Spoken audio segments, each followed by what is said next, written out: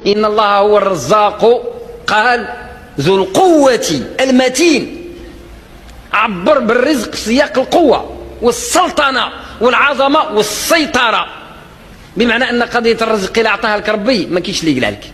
ولو تدخل أطغى طغاة الأرض ما كان له لينزع منك شيئا رزقك الله إياه، لأن اللي أعطاه لك كيضمن يوصلوا لك، كيضمن يوصلوا لك حتى الكرشك، وبقوة وبمتانة.